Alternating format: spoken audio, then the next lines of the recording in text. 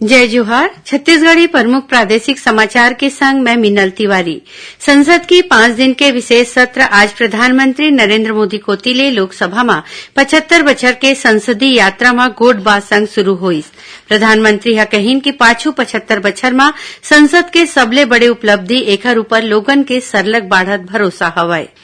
भारत के G20 अध्यक्षता में G20 फ्रेमवर्क कार्य समूह के चौथा बैठका आज नवा रायपुर में शुरू हुई।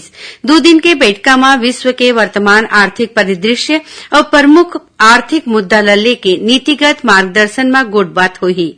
बैठका में G20 देश, अतिथि देश और आने अंतर्राष्ट्रीय और क्षेत्रीय संगठन के 65 ले ज्यादा प्रतिनिधि भाग लेवत हैं।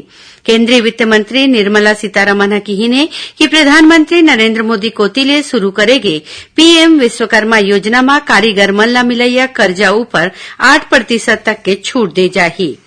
जसपुर ले शुरू हुए दूसर परिवर्तन यात्रा के रथ आज बलरामपुर रामानुजगंज जिला के सामरी विधानसभा के राजपुर पहुंचिस।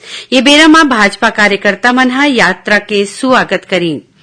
मुख्यमंत्री हा आज बीजापुर में 457 करोड़ रुपया ले ज्यादा के रकम के आने विकास काम के लोकार्पण और भूमि पूजन करीन। भारतीय रेलवे कोतिले स्वच्छ रेल स्वच्छ भारत में स्वच्छता पखवाड़ा मनाए जाथे। ये कड़ी में आज दक्षिण पूर्व मध्य रेलवे कोतिले रायपुर रेल मंडल के प्रमुख स्टेशन के निरीक्षण और श्रमदान करेगी। बिलासपुर जिला के सीपत में आयोजित इंटर डिस्ट्रिक्ट फुटबॉल चैंपियनशिप में नारायणपुर जिला के टीम हा खिताब में कब्जा जमाईस। फाइनल मुकाबला में नारायणपुर के टीम हा दुर्गला 9-0 ले पराजित करीस। मौसम विभाग हा अवैया 24 घंटा में प्रदेश के 1-2 जगह में भारी वर्षा होए और गाज गिरे के चेतावनी देहे। और सुहाग के परब तीजा और प्रदेश भर में भक्ति भाव और उत्साह के संग मनाए जाते। वहीं काली गणेश चतुर्थी है।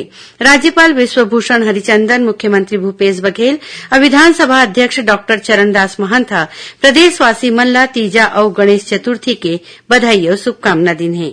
ये रही अब तक के प्रमुख प्रादेशिक समाचार। जय जोहार।